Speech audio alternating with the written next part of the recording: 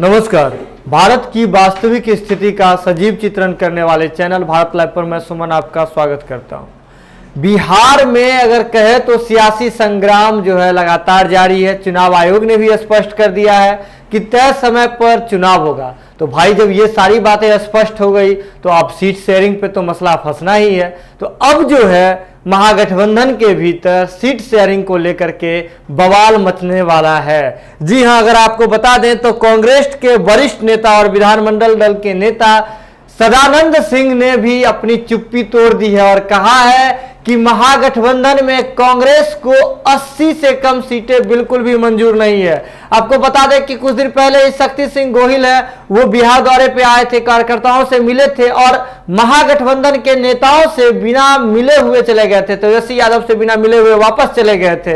लेकिन इसके बाद से भी जो है राजनीतिक हलचल शुरू हो गई थी। भीतर खाने से बहुत तरह की जो है बातें सामने निकल के आ रही थी। लेकिन इस सारी बातों का जो है ये ऐसा कहा जा रहा है कि जैसे तूफान आने से पहले की जो शांति होती है उसे वही माना जा रहा था। अब जो है तूफान आ चुका है। यानी कि विधानमंडल दल के नेता सदानंद सिंह ने, कांग्रेस के जो वरिष्ठ नेता हैं, उन्होंने स्पष्ट कर दिया है कि बिहार कांग्रेस को 80 से कम सीटें बिहार विधानसभा चुनाव में 80 से कम सीटें जो है महागठबंधन में उन्हें बिल्कुल भी मंजूर नहीं है। लेकिन अब यहीं पे सारी बातें जो है सारा गणित फंसता हुआ नजर आ रहा है। आपको बता दें कि बिहार जो इस चुनाव में 243 सीट पे चुनाव होनी है। तो रातों रात कार्यक्रम के दौरान भी हमारे संपादक नमन मिश्रा ने आपको बताया था कि राजद जो है वो बिल्कुल भी जो है राजद को के खेमे में हम लोगों ने जैसा कि गणित आपको बताया था उसमें 80 सीटों के आसपास पड़ रही थी। लेकिन राजद के भी वर्तमान विधायक कितने हैं तो 82। इसके बावजूद जो एक बड़ी बात है कि राजद 82 विधायकों के साथ इस बार जो है सत्ता में फिर भी नहीं है। तो ऐसे में राजद जो है अपना कद छोटा करना नहीं चाहेगी।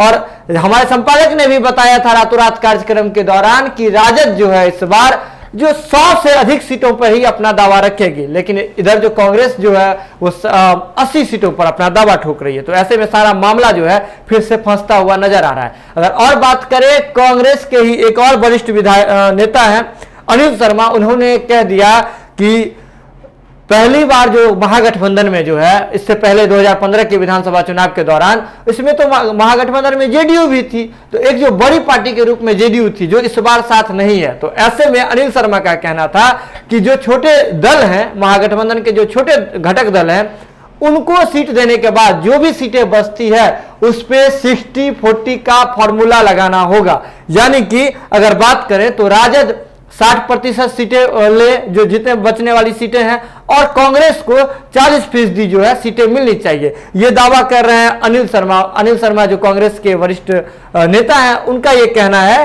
कि राजद महागठबंधन में सीट शेयरिंग का जो फॉर्मूला है, जो बाकी जो छोटे दल हैं उनको देने के बाद जो बचा हुआ जो सीट होगा वो इस फॉर्मूले के आधार पर जो है बंटवारे हो, सीट की बंटवारा हो। लेकिन अगर बात करें और जो बड़ी बात आ रही थी, जो कोऑर्डिनेशन कमिटी जिसको लेकर के मांझी जी मुंह फुलाए बैठे हैं और अभी तक जो है मांझी जी तो अब शायद निकलते हुए भी नजर आ रहे हैं, पूरे दल से ही ये महागठबंधन खेमे से ही बाहर होते हुए नजर आ रहे हैं, या यूं कहे तो हो गए हैं। बस थोड़ी सी फॉर्मेलिटी जो है वो बाकी रह गई है। लेकिन उन्होंने कह दिया, इस बार फिर से कांग्रेस के नेता अनिल शर्मा ने इस बात पे फिर से एक बार सवाल निशान खड़ा कर दिया और कहा है कि कोऑर्डिनेशन कमेटी तो हर हाल में बननी चाहिए। इसके पीछे उन्होंने वजह भी दी है। उन्होंने ये वजह दिया है कि राजद जो है अंतिम समय में जाकर के सीटों का बंटवारा करता है। तो ऐसे में जो नुकसान जो है इसका खामियाजा सिर्फ और सिर्फ सीधे तौर पे कांग्रेस को उठानी पड़ती है सीट शेयरिंग को लेकर के। तो अब जो है आपको बता दें कि पहले से ही हमारे संपादक नमन मिश्रा ने भी आपको बताया था कि दिल्ली में जो है ऑपरेशन चल रहा है, आईसीयू में महागठबंधन गया हुआ है।